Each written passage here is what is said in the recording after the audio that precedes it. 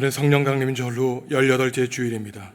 거룩하신 삼위일체 하나님께 영과 진리로 예배하겠습니다.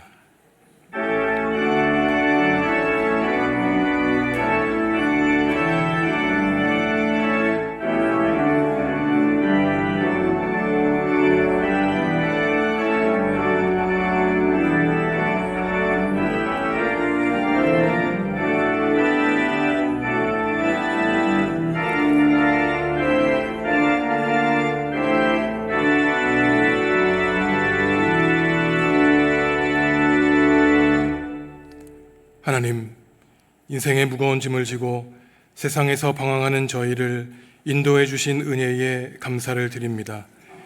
이 시간 세상의 걱정과 근심을 다 내려놓게 하시고 온전히 주님만 바라보게 하옵소서. 오늘도 저희가 드리는 예배 가운데 임하여 주시고 주님 홀로 영광받아 주옵소서. 예수님의 이름으로 기원하옵나이다. 아멘.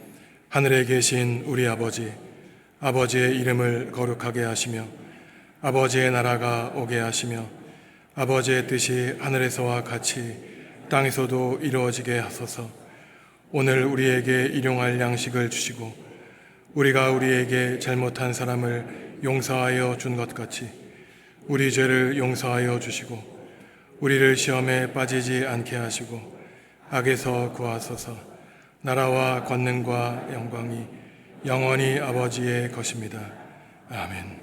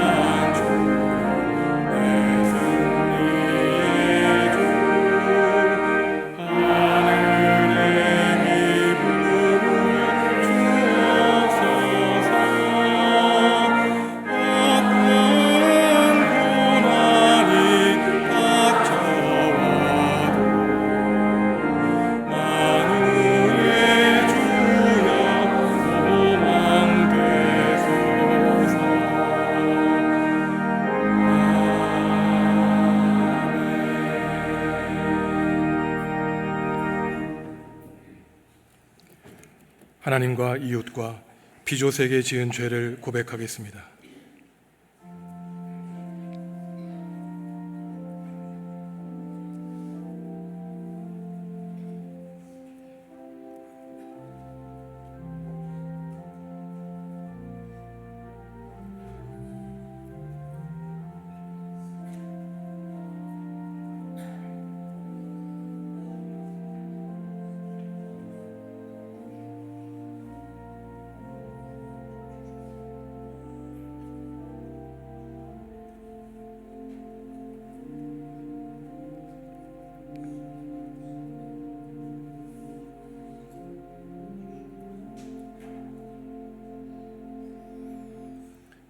하나님이 우리에게 주시는 용서의 말씀입니다.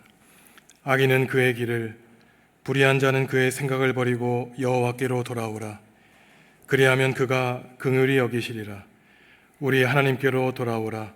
그가 너그럽게 용서하시리라. 아멘. 나는 전능하신 아버지 하나님, 천지의 창조주를 믿습니다. 나는 그의 유일하신 아들, 우리 주 예수 그리스도를 믿습니다.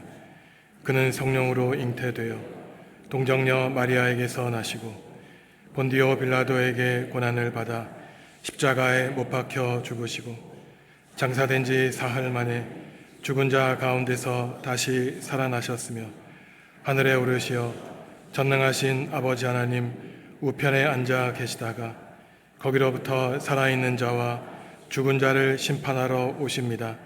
나는 성령을 믿으며 거룩한 공교회와 성도의 교제와 죄를 용서받는 것과 몸의 부활과 영생을 믿습니다.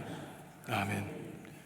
복 있는 사람은 악인들의 꾀를 따르지 아니하며 죄인들의 길에 서지 아니하며 오직 여호와의 율법을 즐거워하여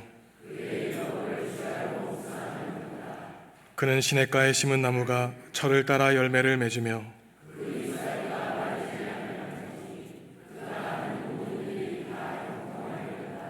악인들은 다 그렇지 아니하며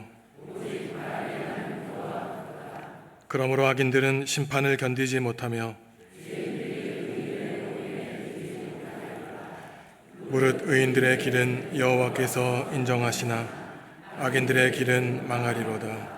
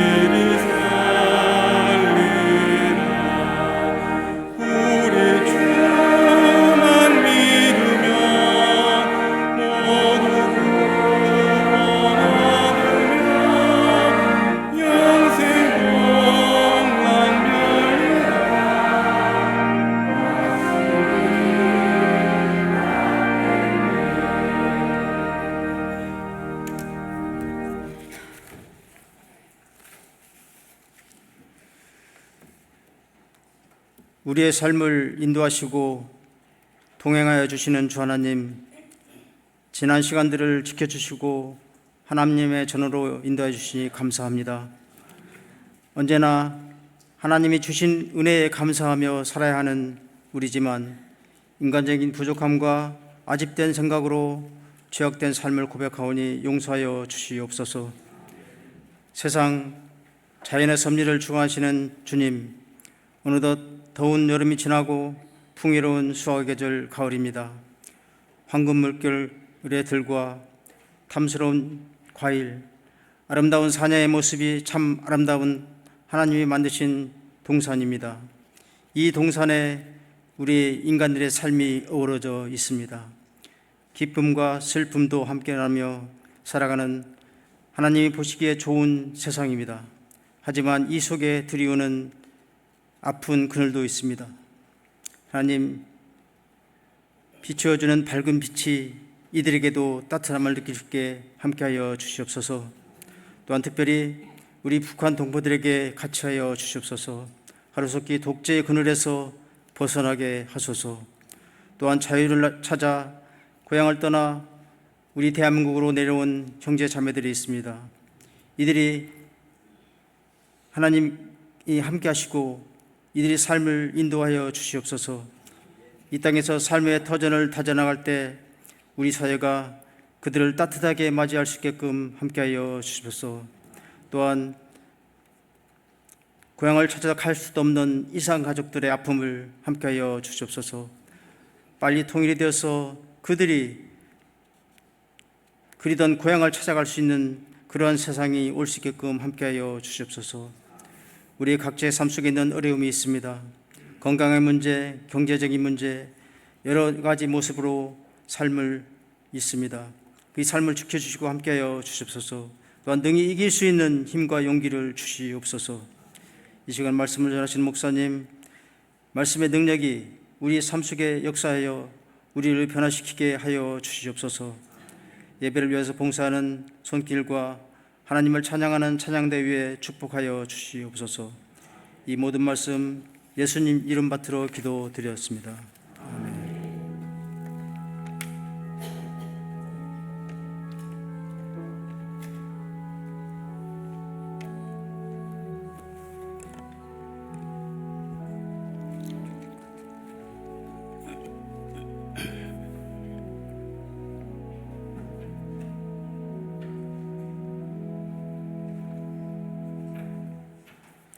슬프다 나의 근심이여 어떻게 위로를 받을 수 있을까.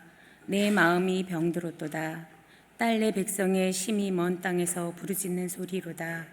여호와께서 시온에 계시지 아니한가. 그의 왕이 그 가운데 계시지 아니한가.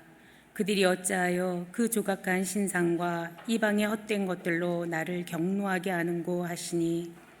추수할 때가 지나고 여름이 다하였으나 우리는 구원을 얻지 못한다 하는도다. 딸 내 백성이 상하였으므로 나도 상하여 슬퍼하며 놀라움에 잡혔도다. 길르앗에는 유향이 있지 아니한가. 그곳에는 의사가 있지 아니한가. 딸 내 백성이 치료를 받지 못함은 어찌 됨인고. 어찌하면 내 머리는 물이 되고 내 눈은 눈물 근원이 됐고 중입을 당한 딸 내 백성을 위하여 주야로 올리로다. 내가 광야에서 나그네가 머무를 곳을 얻는다면 내 백성을 떠나가리니 그들은 다 간음하는 자요 반역한 자의 무리가 되미로다. 여호와의 말씀이니라. 그들이 활을 당김같이 그들의 혀를 놀려 거짓을 말하며 그들이 이 땅에서 강성하나 진실하지 아니하고 악에서 악으로 진행하며 또 나를 알지 못하느니라. 너희는 각기 이웃을 조심하며 어떤 형제든지 믿지 말라. 형제마다 완전히 속이며 이웃마다 다니며 비방함이라. 그들은 각기 이웃을 속이며 진실을 말하지 아니하며 그들의 혀로 거짓말하기를 가르치며 악을 행하기에 지치거늘 네가 사는 곳이 속이는 일 가운데 있도다. 그들은 속이는 일로 말미암아 나를 알기를 싫어하느니라. 여호와의 말씀이니라. 그러므로 만군의 여호와께서 이와 같이 말씀하시되 보라 내가 내 딸 백성을 어떻게 처치할꼬. 그들을 녹이고 연단하리라. 그들의 혀는 죽이는 화살이라. 거짓을 말하며 입으로는 그 이웃에게 평화를 말하나 마음으로는 해를 꾸미는도다. 내가 이 일들로 말미암아 그들에게 벌하지 아니하겠으며 내 마음이 이런 나라에 보복하지 않겠느냐. 여호와의 말씀이니라.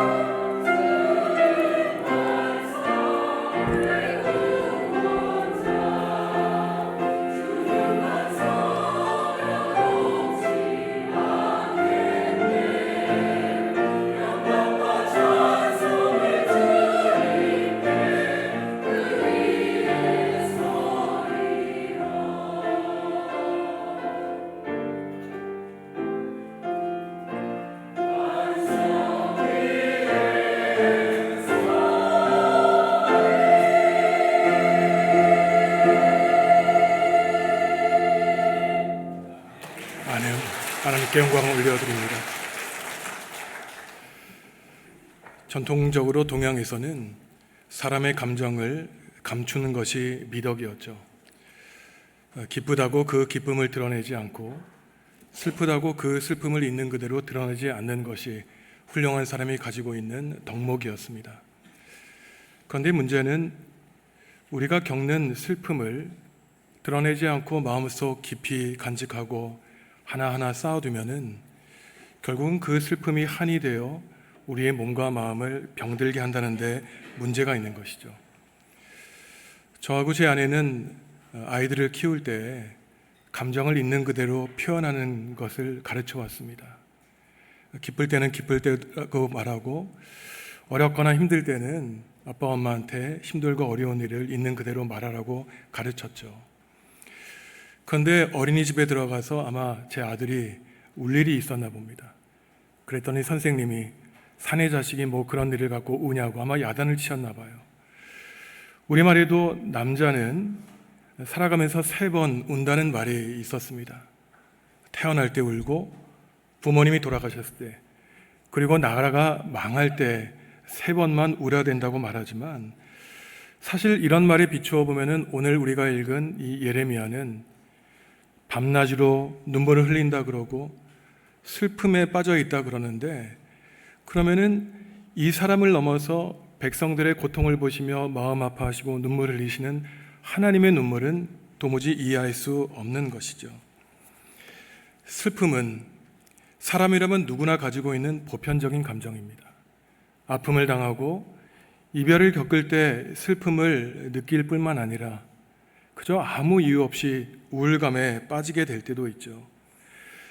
슬픔은 우리에게 잠시 머물다가 사라지는 감정이 아니라 우리가 죽을 때까지 하나님이 주신 감정이기 때문에 그 슬픔을 우리가 어떻게 이해하고 어떻게 제어하느냐의 문제이지, 그 슬픔은 우리의 삶에서 완전히 제거할 수는 없는 감정이죠.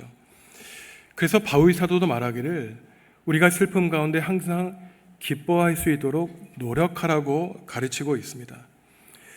그렇다면 슬픔은 나쁜 감정이기만 할까요?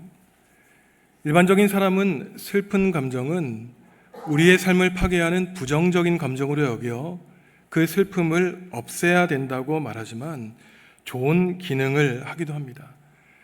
다른 사람이 아파할 때 함께 아파할 줄 아는 사람, 다른 사람이 눈물을 흘릴 때 함께 눈물 흘리는 이 공감 능력이 있는 사람이 바로 그 사람을 위로할 수 있는 것이죠. 그러니 예수님이 제자들에게 슬퍼하는 사람이 복이 있다고 말씀하신 이유가 바로 여기에 있는 것입니다. 인생 자체가 슬픔이었던 성경의 인물이 있는데 바로 예레미야죠. 이 사람이 얼마나 슬픔으로 인생이 가득 찼는지 눈물의 예언자라고 불릴 정도입니다. 그의 이름에서 온 일반 명사 제러마이어드라고 하는 낱말은 슬픔, 한탄이라고 하는 뜻을 가지고 있죠. 하나님이 부모님이 귀한 아들에게 이름을 지어주실 때 도대체 왜 슬픔과 한탄이라고 하는 이름을 지어주셨는지 우리는 이해하기가 쉽지 않습니다. 그런데 예레미야가 활동한 다음 600년이 지난 다음에 예수님이 이 땅에 오셨을 때 수많은 사람들이 예수님의 활동 가운데 예레미야의 모습을 떠올렸다는 것이 우리의 주목을 끌죠. 예레미야가 죽은 다음 600년 이후에까지 사람들이 예수님의 슬픔과 고난을 통해 예레미야의 모습을 떠올린 것은 이 예레미야가 인생에서 겪었던 슬픔과 고통이 얼마나 수많은 이스라엘 백성들에게 큰 인상과 각인을 주었는지 우리는 조금이나마 생각해 볼 수 있습니다. 오늘도 예레미야는 그의 선포 첫 구절에서 슬프다, 나의 근심이여 라는 탄식의 말로 하나님의 말씀을 선포하고 있죠. 예레미야에 나오는 수많은 탄식 본문 가운데 하나인데 도대체 어떤 이유 때문에 예레미야가 이토록 슬퍼했고 탄식했는지 우리는 함께 살펴봅니다. 그것은 한마디로 이스라엘 백성이 하나님과 이웃에게 죄를 짓고 살았기 때문이에요. 죄의 결과는 심판과 죽음밖에 없습니다. 이스라엘 백성들이 죄 지은 구체적인 내용이 오늘 우리 앞본문인 1절에서 17절에 나오는데, 이스라엘 백성은 가족이 가족을 속이고 이웃이 이웃을 교만하고 하나님을 믿는 신앙인이 신앙인을 기만한 파괴된 공동체 가운데 살고 있었습니다. 힘이 있든 힘이 없든 사람들은 자기 뱃속을 채우기 위해서 다른 사람들을 속이며 사기치고 살면서도 하나님을 믿는다고 말했던 사람들을 보고 예레미야는 눈물을 흘릴 수밖에 없었죠. 그러한 가운데 하나님의 말씀을 맡아 전하는 예언자들은 백성들이 죄를 지으면 그들의 죄를 지적하고 심판을 선언해야 되는데 다 괜찮다고 하나님이 계시니 만사형통이라고 하는 거짓 평화, 거짓 위로를 선포했던 거짓 예언자들이 판을 치고 있었습니다. 이들은 사람들에게 좋은 평판을 얻기 위해 거짓으로 사람들을 위로했죠. 사람들의 마음을 거짓으로 어루만졌습니다. 그러니 그들의 마음 속에는 거짓된 암덩어리가 점점점 커가고 있었고, 하지만 이러한 거짓 예언자들은 사람들의 심판에 아무런 책임감도 느끼지 않았죠. 이러한 상황에서 예레미야는 마음이 병들었다고 한탄하며 하나님, 제가 어디에서 어떻게 위로를 받을 수 있습니까? 탄식하고 있습니다. 그는 하나님께 속았다고 말한 사람이었어요. 하나님 저를 달콤한 말로 불러주시고 예언자로 삼아주셨지만 제가 말로 하나님의 말씀을 선포할 때마다 사람들은 저를 박해하니 왜 저를 이렇게 고통의 인생길로 몰아가십니까? 괴로워했죠. 그는 그저 정신적인 고통만 겪은 것이 아니라 몸 자체, 존재 자체가 고통의 인생이었어요. 사람들에게 좋지 않은 말, 기분 좋지 않은 말, 하나님의 심판을 선포하니 오히려 거짓 예언자로 몰려 옥에 갇혀진 이러한 비극적인 삶을 살았습니다. 예레미야는 백성의 잘못된 신앙의 모습을 폭로하는데 백성이 하나님께 도와달라고 세 차례나 부르짖고 있지만 그 부르짖음의 기도 자체가 이미 시작점부터 출발점부터 잘못되었다고 예레미야는 말하고 있죠. 19절에서 백성은 첫 부르짖음 외침에서 왜 하나님이 시온에 더 이상 계시지 않는가 따져 묻고 있습니다. 시온은 예루살렘에 있는 산을 가리키는데 상징적으로 예루살렘 성전을 가리켰습니다. 이들은 미신적인 신앙을 가지고 있었죠. 자신들이 어떠한 말을 하든 어떠한 행위를 하든 하나님은 무조건 예루살렘 성전 시온에 계시고 또 계셔야 한다고 믿었습니다. 우주 만물을 창조하셔서 성전 밖, 성전 위에 계신 존엄하신 하나님이지만 그들은 성전 안에만 하나님을 가두어 놓았던 것이죠. 이웃과 가족을 속이는 부끄러운 삶을 살면서도 하나님은 자신들에게 복을 내려주실 것으로 믿고 있었습니다. 이것은 구원에 대한 잘못된 믿음을 드러내죠. 하나님이 오늘 백성들에게 죄를 지적하시는 것은 너희가 말로는 평화를 맺히고 나를 믿는다고 고백하면서도 왜 그 곁에 우상을 섬기고 있느냐고 말씀하십니다. 백성이 우상을 섬기는 데에서 하나님이 자극받아 분노하셨는데 백성이 죄와 상관없이 하나님이 예루살렘에 계시고 그들이 하나님께 구원을 받는다고 주장하니 하나님은 어이가 없었던 것입니다. 그때 하나님이 말씀하시죠. 너희가 나와 동시에 우상을 섬기는데 왜 내가 너희 가운데 성전 안에 없냐고 따져 묻느냐고 그들을 질타하고 계십니다. 우상은 단지 돌과 나무를 깎아 만든 이방신의 형상이 아니죠. 하나님과 같은 자리에 놓는 사람, 사물이 있다면 그것이 우상입니다. 하나님보다 자식을 사랑하고 하나님보다 물질과 명예를 사랑한다면 그것이 바로 우상을 섬기는 우상 숭배자의 모습인 것이죠. 이처럼 하나님의 백성으로 살았지만 하나님을 떠나 우상을 동시에 섬겼던 이스라엘 백성을 보시는 하나님의 마음은 어떠하셨을까요? 어리석은 백성의 모습을 보시는 안타까운 하나님의 마음이 드러나는데 하나님이 특별하게 3번, 4번에 걸쳐 백성을 부르는 호칭에서 나타납니다. 오늘 우리가 반복해서 나왔던 호칭, 딸, 내 백성이라는 말이에요. 하나님이 우리의 임금이니 백성은 왕자, 공주입니다. 하나님은 백성을 딸이라고 부르시면서 공주처럼 곱게 키우고 싶었지만 너무 말을 안 듣는 것이에요.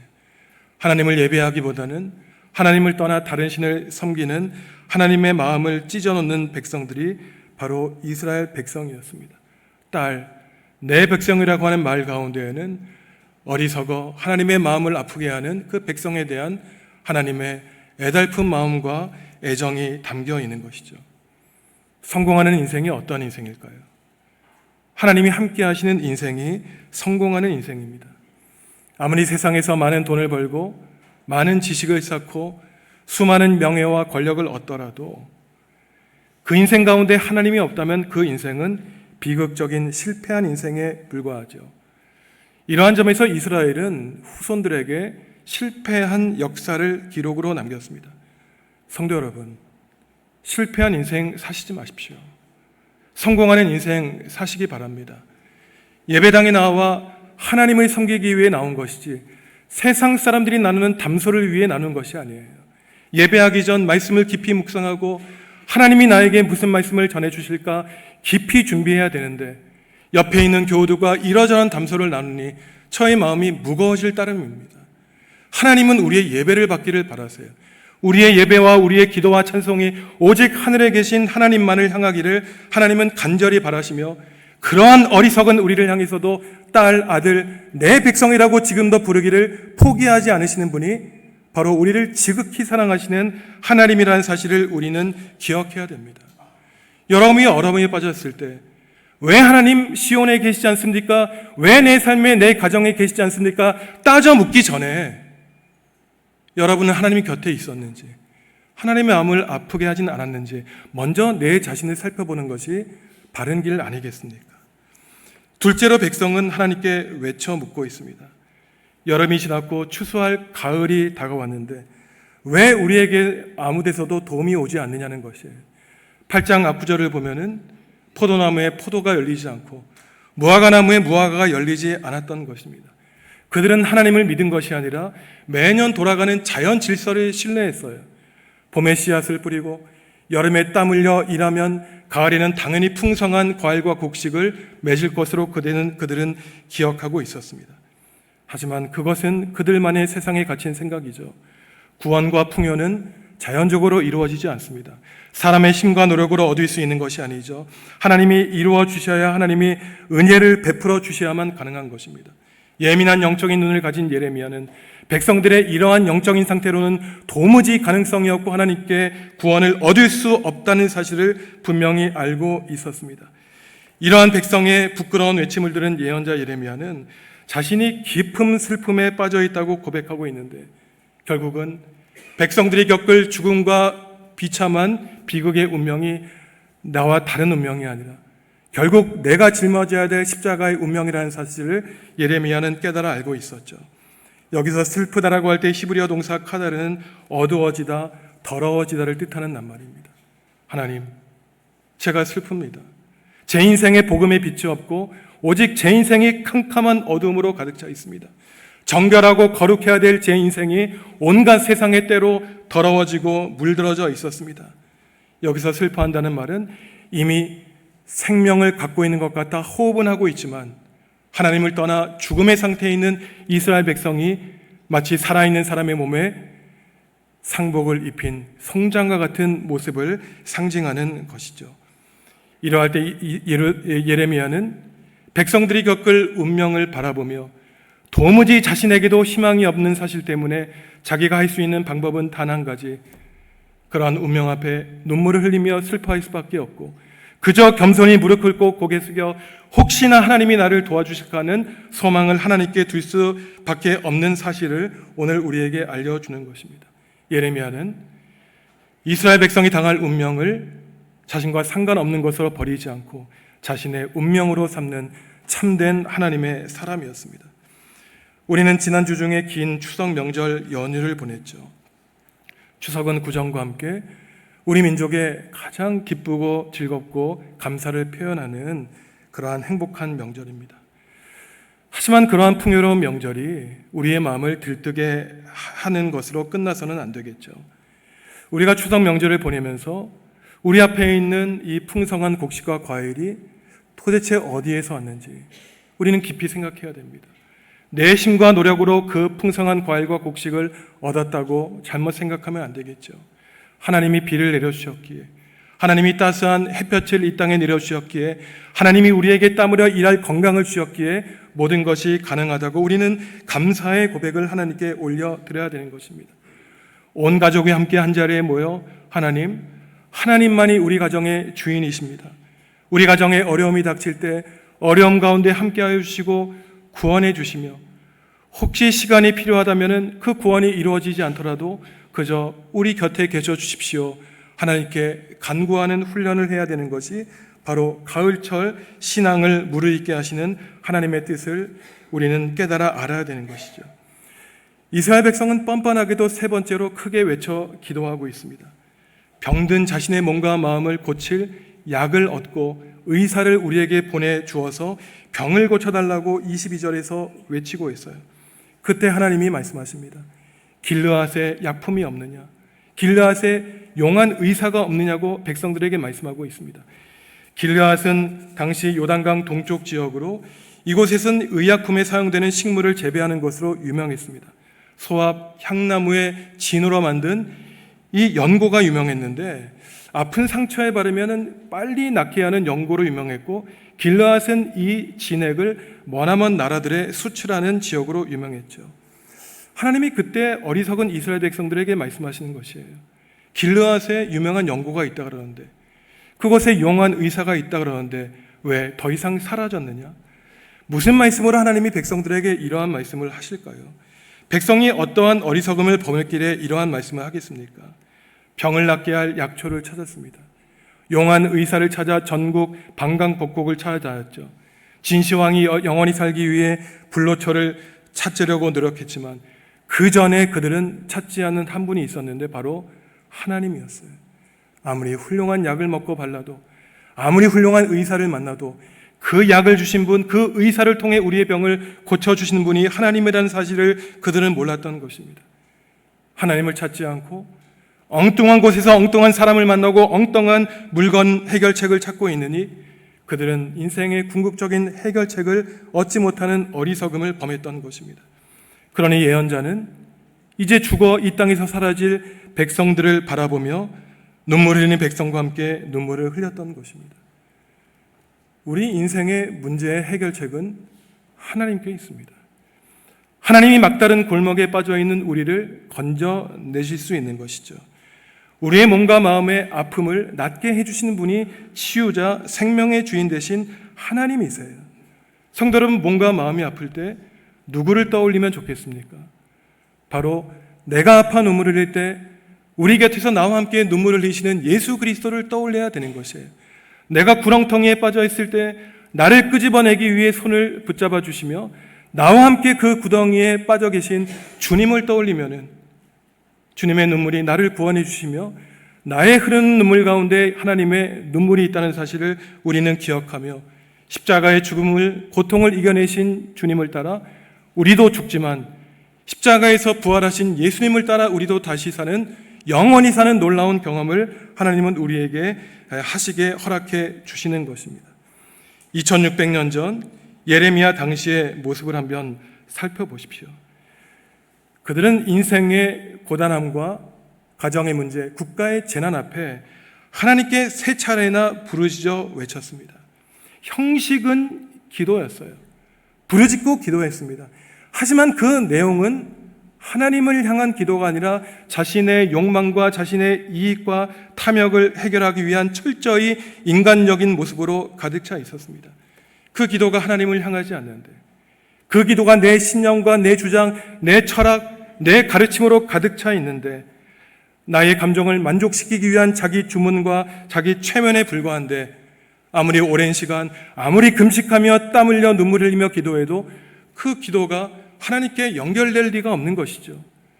하나님을 향한 기도가 아닌데, 내 내면을 향해 내 소리인데 그 기도를 하나님이 들어주실 리가 없는 것입니다. 이러한 어리석은 백성, 아무리 노력해도 하나님이 듣지 않는 무효한 기도를 드리는 백성에게 남아있는 것은 죄를 지적받는 것과 심판밖에 없는 것이에요. 거짓된 백성을 심판하시는 내용을 담고 있는 9장은 하나님 이제는 더 이상 백성 곁에 머물러 있고 싶지 않습니다. 이들에게 아무리 회개를 맺혀도 이들은 완고합니다. 하나님, 저를 광야로 보내십시오. 나그네로 고독하게 살고 싶습니다라고 하는 예언자 예레미야의 말로 9장은 시작하고 있죠. 이것은 백성의 죄악된 상황이 이전보다 점점점 나빠져 더 이상은 사람의 힘으로는 그 해결이 불가능하다는 것을 예레미야가 한탄하다고 있는 사실을 우리에게 알려주고 있어요. 9장 2절에서 9절을 보면 너무나 부정적인 낱말이 계속 반복되어 나오는데 5번, 6번에 걸쳐 나오는 속인다는 낱말, 거짓, 참이 아니라는 표현입니다. 남편이 아내를 속여요. 아내가 남편을 속이고 자식이 부모님을 속이고 부모는 자식을 기만합니다. 믿는 사람이 믿는 사람을 속이면서도 사랑한다고 평화를 원한다고 말을 하지만 그 배후에는 전쟁과 싸움뿐이 있는 것이죠. 하나님 백성의 구성원들 사이에도 서로 속여 그 공동체를 깨뜨리는 무거운 결과를 낳게 되고 거짓 가운데 거짓이 되어 살아가다 보니 당연히 그들은 하나님을 알려하지 않습니다. 말로는 하나님을 사랑한다고 하면서 하나님에게는 관심이 없는 것이에요. 우리가 사람을 사랑하면 그 사람이 무엇을 좋아하는지 무엇을 싫어하는지 알지 않습니까? 성도 여러분, 여러분의 자녀가 혹시 어떠한 음식을 좋아하는지 아십니까? 여러분의 부모님이 가장 좋아하는 음식이 무엇인지 한번 생각해 보셨나요? 여러분의 자녀가 어떠한 문제 때문에 아파하는지, 여러분의 부모님이 어떠한 문제 때문에 괴로워하시는지 혹시나 생각해 보셨습니까? 백성은 하나님께 관심이 없는 것이에요. 하나님은 매 순간마다 딸 내 백성이라고 어여쁘게 그들을 가꿔주시기를 바랐지만 그들은 하나님의 손을 뿌리치는 것입니다. 됐다는 것이에요. 나는 당신과 함께 우상을 섬겨도 좋습니다. 나의 행복만을 위하여, 나의 성공만을 위하여 나는 내 길을 걷겠다고 하나님께 외쳤던 것이에요. 하나님의 백성이라고 하면서도 하나님을 알기를 싫어하니 이것보다 비참한 인생은 없는 것이죠. 하나님을 알기 위해, 하나님을 예배하기 위해 예배당에 나온다고 하면서도 하나님께 예배하는 것에는 관심이 없으니 참으로 이 시간 아무 소용없는 무익한 시간으로 흘러 지나가는 것입니다. 예레미야는 이처럼 서로가 서로를 속이는 백성을 반역한 자로 부르는데 이 말은 히브리어로 불성실한 사람, 속이는 사람을 뜻하는 것이에요. 언제는 뜨겁게 눈물을 흘리며 하나님을 위해 목숨 바치겠다고 말했지만 차가워진 마음, 돌변하여 고개 돌리는 그러한 불성실한 신앙의 모습입니다. 그래서 오늘 우리 성경에서는 이러한 사람을 간음하는 자라고 부르고 있어요.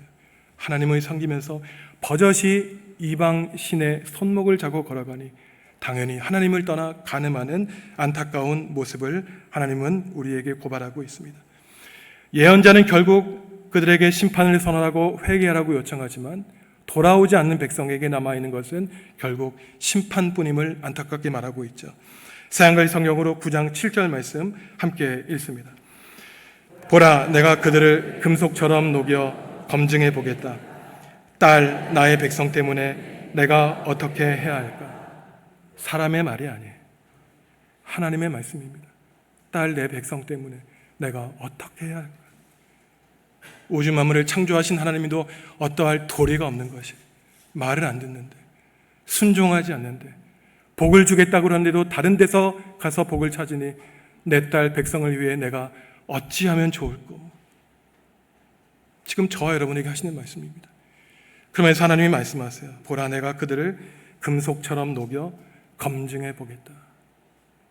금과 은을 만들기 위해 산에 있는 광물을 녹여 반짝이는 금과 은을 만들듯이 우리를 녹이겠다는 것입니다.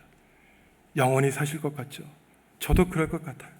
하지만 우리에게는 인생의 마지막 숨을 거두는 그날이 있습니다. 그때 동시에 우리는 하나님을 홀로 만나는 것이에요. 그때 하나님이 우리에게 하시는 일이 있는데 우리의 인생을 불러 태우는 것입니다. 그때 우리에게 남는 것을 하나님이 확인하시는 것이에요. 거룩한 인생의 삶이 남아있는지, 더러운 찌꺼기 우상의 사탄의 모습이 남아있는지 하나님은 우리에게 확인하시는 것입니다. 우리를 녹여서 연단시키시며 검증하시겠다는 것이에요. 예수님이 말씀하시지 않습니까? 곡식이 자라날 때 알곡과 가라지를 구별할 수 없어요. 제자들이 가라지를 뽑자고 하시자 안 된다는 것입니다. 그러다가 귀한 알곡마저 뽑을 것을 걱정하셨던 것이에요. 하지만 하나님은 마지막 때가 되면 알곡과 가라지를 하나님이 알아서 구별하실 것이라고 말씀하십니다. 마태복음 25장에서는 하나님은 마지막 심판 때에 양과 염소를 구별해 내신다고 말씀하세요. 다 양 같죠. 하지만 예수님은 아니라는 것이에요. 우리 가운데 이리도 있고 늑대도 있고 염소도 있다는 것입니다. 성도 여러분, 우리가 하나님 앞에서 불로 녹여지고 연단받고 검증받을 때 우리 모두 하나님 앞에 우뚝 서는 믿음의 사람으로 거듭나는 은총을 누리시기 바랍니다. 거짓된 모습으로 자신의 유익을 위해 하나님께 헛되이 잘못 외친 백성을 심판하는 것이 하나님의 궁극적인 뜻이 아니었어요. 하나님이 우리에게 멸망과 심판을 주시고자 하는 것이 하나님의 본심이 아닙니다. 하나님이 수많은 예언자들을 통해 심판의 말씀을 선포하게 하신 것은 혹시나 그들 가운데 한 명이라도 마음을 돌이켜 나에게 돌아와 생명을 얻지 않을까 하나님은 기대하셨기 때문에 죄악된 백성 가운데서 하나님은 희망과 소망을 가졌던 것입니다. 그러니 예레미야가 오늘 예레미야 8장과 9장을 통해 결론적으로 우리에게 말씀하고 있는 것은 하나님이 어찌할꼬 염려하시며 우리를 녹이며 연단한다는 심판의 말씀이 아니라 우리에게 구원에 이르는 그 구체적인 방법을 우리에게 알려주고 있는데 예레미야 9장 23절과 24절 말씀 함께 읽습니다. 지혜로운 사람은 지혜를 자랑하지 마라. 힘센 사람은 힘센 것을 자랑하지 마라. 부유한 사람은 부유함을 자랑하지 마라. 자랑하려는 사람이 자랑할 것은 이것이다. 깨달음이 있어서 나를 아는 것이다. 곧 나 여호와가 땅에서 한결같은 사랑을 베풀고 정의와 공의를 이루어낸다는 것을 아는 것이다. 이런 것들을 내가 기뻐하기 때문이다. 하나님의 사람이라면 자랑하지 말아야 될 대표적인 세 가지가 있다는 것입니다. 지혜로운 사람, 지혜 자랑하지 말라는 것이. 힘 있는 사람, 권세와 권력 자랑하지 말라는 것입니다. 부자, 돈을 자랑하지 말라는 것이. 배워봤자 얼마나 많이 배웠겠습니까? 힘이 있어봤자 얼마나 힘이 있을까요? 돈이 많아봤자 얼마나 많이 있겠습니까? 혹시나 수조, 수십조가 있으면 자랑할 수 있겠죠. 하지만 우주 만물을 창조하신 하나님 앞에서 지식과 지혜와 부와 권능과 돈을 자랑하니 하나님이 보시기에는 너무나 안타까운 마음이 드는 것이에요. 반대로 하나님은 이스라엘 백성들에게 자랑하라고 하십니다. 그때 내가 너희를 도와주고 구원해 주실 거라고 말씀하세요. 그 자랑의 내용은 무엇입니까? 저와 여러분이 믿는 하나님은 우리에게 한결같이 사랑을 베푸어 주실 뿐만 아니라 동시에 정의와 공의로 이 땅을 다스려 주시는 우리의 참된 유일하신 임금이라는 사실을 자랑하라는 것이에요. 성도 여러분, 하나님을 자랑하십시오. 그리고 예수 그리스도의 몸된 우리 정읍중앙교회를 자랑하세요. 바로 그때 하나님은 우리를 귀하게 여겨주시며 하나님의 복음의 일꾼으로 삼아주십니다. 눈물의 예언자 예레미야는 하나님의 부르심을 받아 죄지은 백성과 그 수많은 구렁텅이에 빠진 이 결의 운명을 보고 슬퍼하고 있죠. 그러한 그의 슬픔은 인간적인 슬픔이 아니었습니다. 자녀들이 타락한 것을 보시고 마음 아파하시는 하나님의 슬픔이었어요. 눈물을 흘리시고 마음 아파하시는 하나님의 아픔을 함께 공감했습니다. 그럴 필요가 없었겠죠. 아버지 제사장의 밑에서 자라난 예레미야, 그저 그의 일신의 부귀영화를 위해 노력하고 살았다면 그는 제사장으로 엘리트 종교인으로 성공했을 것입니다. 하지만 그는 일평생 눈물과 괴로움을 자신의 숙명으로 여겼어요. 왜 그랬을까요? 어리석은 백성에 대한 연민 때문일까요? 단지 그들이 불쌍했을까요? 전혀 아닙니다. 그들을 사랑했기 때문에, 너무나 사랑했기에 그들에게 심판의 말씀을 선포했던 겁니다. 그렇게 살면 망할 것을 알았기 때문에, 그리고 예레미야는 그들을 향한 하나님의 사랑을 그도 알고 하나님의 사랑을 마음속에 나누어 품고 살았기 때문에 눈물 흘리는 삶을 살았죠. 얼마나 더 슬퍼하고 얼마나 더 울어야 죄인들이 구원을 얻을 수 있을까요? 이스라엘 역사를 보면 하나님은 예레미야, 에스겔, 이사야 같은 수많은 예언자들을 보냈지만 놀랍게도 예레미야와 같은 예언자들이 있었지만 불과 30년, 40년 뒤에 이스라엘은 바벨론의 공격을 받고 망하게 됩니다. 수많은 사람들이 질문해요. 그러면 예레미야를 보내신 이유가 어디 있습니까? 예레미야가 외친 그 소가 노력이 어떠한 열매를 얻었습니까? 예레미야의 존재 의미는 없는 것일까요? 그렇지 않아요. 때를 얻든지 못 얻든지 하나님은 외치라고 하십니다. 에스겔에게도 말씀하시죠. 너는 파수꾼이 되어 성체에 올라가 이방인이 공격하는 것을 나팔을 불려 외치라는 것이 혹시나 백성 가운데 깨닫는 사람이 있으면 돌아올 것이고 깨닫지 않으면 너의 잘못이 아니라 그들의 잘못이라는 것입니다. 그러니 아무리 듣지 않는 백성, 귀를 막고 눈을 감으며 하나님의 말씀을 듣지 않고 하나님을 바라보지 않는 백성일지라도 늘 끊임없이 포기하지 않고 하나님의 복음의 말씀을 외치라고 하는 것이 예레미야에 대한 하나님의 명령이었어요. 수많은 사람들이 하나님의 길을 따라 타락한 죽음의 길을 걸어갈지라도 그 가운데 혹시나 한 사람이라도 구원과 생명을 얻을 수 있었다면 너의 외침이, 너의 선포가 의미 없는 것이 아니었다고 하나님은 우리에게 말씀하시는 겁니다. 수많은 사람들이 왜 예수님의 모습 가운데에서 예레미야의 모습을 발견했을까요? 누가복음에서 예루살렘 성읍을 들어가시면서 십자가를 지시기 전 슬프다 예루살렘 백성이여 너희가 너의 죄를 알지 못한다고 한탄하셨던 그 예수님, 그 예수님은 백성 때문에 눈물을 흘리셨고 백성 때문에 고난받으셨으며 백성과 함께 고통당하셨고 그들을 구원하시기 위해 십자가에 달리셨기 때문에 백성과 함께 눈물을 흘리고 백성 때문에 한탄했던 예레미야가 바로 예수 그리스도의 길을 준비하고 예비했던 것입니다. 성도 여러분, 아픈 사람과 함께 아파하시기 바랍니다. 눈물 흘린 사람과 함께 눈물 흘리시기 바랍니다. 하나님은 그러한 소수의 사람들에게 희망을 찾으시고 그러한 소수의 남아있는 사람들을 통해 하나님이 세워주신 우리 정읍중앙교회를 하나님께 영광을 올려드리는 거룩한 교회, 성령님이 역사하시는 교회로 단단히 세워주실 것입니다. 하나님, 슬퍼하는 사람과 함께 슬퍼하며 살겠습니다. 우는 사람과 함께 울겠습니다. 우리를 구원하기 위해 십자가 지신 주님을 찬양하오니 우리의 찬양 받아주시고 영광 받아주시옵소서. 예수님의 이름으로 기도합니다. 아멘.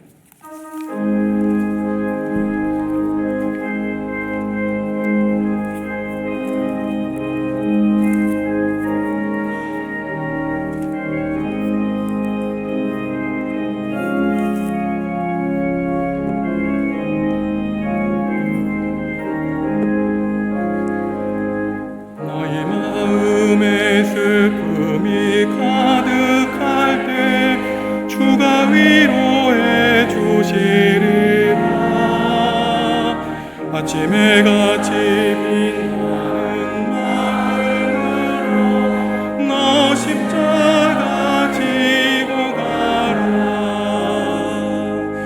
참 기쁜 마음으로 십자가 지고 가라. 내가 기쁘게 십자가 지고 가면 슬픈 마음이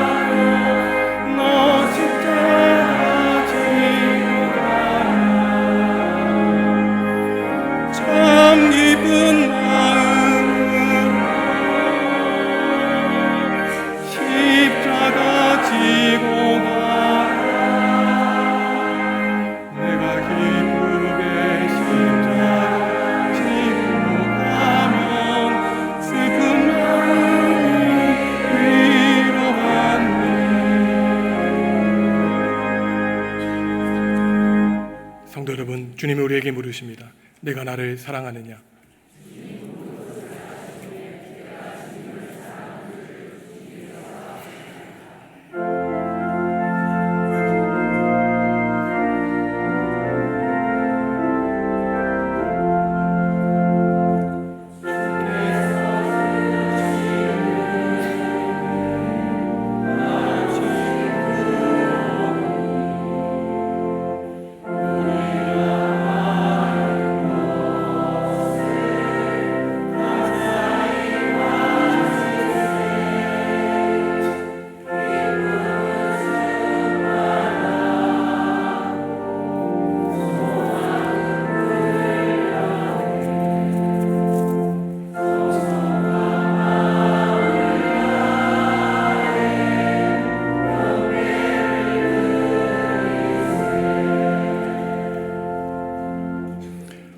하나님, 추석 명절을 하나님의 은혜 가운데 보내게 하시고 오늘 거룩한 주일 새로운 마음으로 주님을 경배하게 하시니 감사합니다. 오늘 말씀을 통해 하나님의 사람 예레미야와 우리의 주님이신 예수님의 슬픔과 눈물로 우리가 구원을 얻게 된 사실을 깨달아 알게 하시니 감사합니다. 내가 죄로 인하여 병들어 있음과 이웃이 지금도 아파하는 것, 세상이 죄로 물들어 있는 사실로 아파하게 하시고 우리 위에 십자가에 대신 달려 돌아가신 예수 그리스도의 복음을 땅끝까지 나아가 세상에 널리 전하는 전도자의 사명을 잘 감당하게 하여 주시옵소서. 학업과 진로 문제로 분투하는 자녀들, 건강의 문제로 입원해 있는 교우들과 요양원에서 외롭게 지내는 성도들, 경제적인 어려움으로 힘겨워하는 교우들이 있습니다. 나라의 부름을 받고 입대한 청년들이 있습니다. 우리의 모든 서원과 필요를 아시는 주님께서 우리가 하나님께 올려드리는 기도와 간구를 들어주시고 우리를 향하신 주님의 뜻과 계획을 이루어 주시옵소서. 우리의 예배, 우리의 찬양과 기도가 오직 한 분이신 하나님만을 향하기를 원합니다. 기도로 하나님과 연결되어 기도로 하나님의 뜻을 헤아려 아는 복된 주님의 백성들 될 수 있도록 성령님의 지혜와 분별력을 허락하여 주옵소서. 이 나라와 결의를 위해 기도합니다. 일본 식민지 통치와 공산주의의 박해를 이겨낸 대한민국 신앙인이 서로 다른 이념으로 갈등과 분열을 일삼지 않게 하시고 서로의 뜻을 존중하고 대화하여 하나님을 지향하여 나아간 성숙한 나라를 이루어가게 하여 주시옵소서. 여전히 서로에게 총칼을 겨누는 남과 북이 평화로 하나 되어 더욱 부강한 나라로 세계를 섬기는 제사장 나라로 삼아주시기를 주님께 간절히 빌고 원합니다. 주님께 받은 넘치는 사랑에 감사하며 예물 드립니다. 세상 무엇 어떠한 말로도 표현할 수 없는 감사와 감격의 고백을 담아 바칩니다. 참복과 은혜를 주시는 분이 하나님이심을 예물을 통해 간증하며 고백하오니 성도들의 귀한 정성, 이들의 인격을 담은 예물을 주님 홀로 기쁘게 받아 주시옵소서. 예수님의 이름으로 축복하며 기도합니다. 아멘.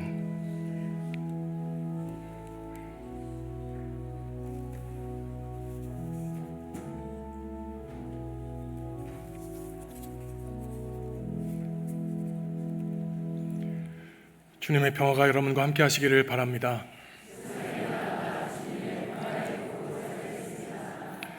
이번 수요일 수요 기도회 때에는 사남성교회 헌신 예배가 있습니다.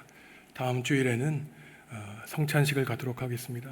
경건한 그리고 거룩한 마음으로 우리 위에 십자가 지시고 돌아가신 예수님을 깊이 묵상하시며 준비하시기 바랍니다.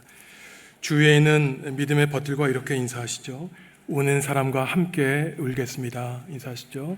오는 사람과 함께 울겠습니다.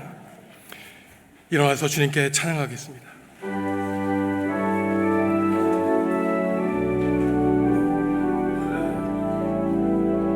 주의 영화로운 빛이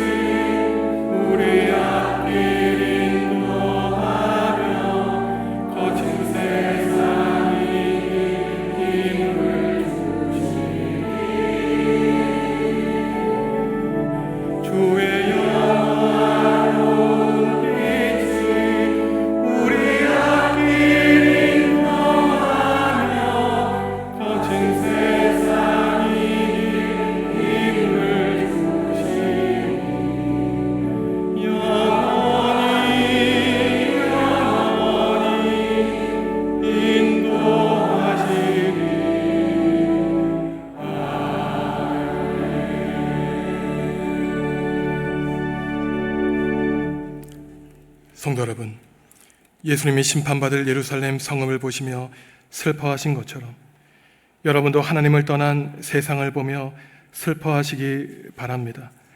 슬퍼하는 사람에게 복이 있다는 주님의 말씀이 여러분에게 모두 이루어질 것입니다.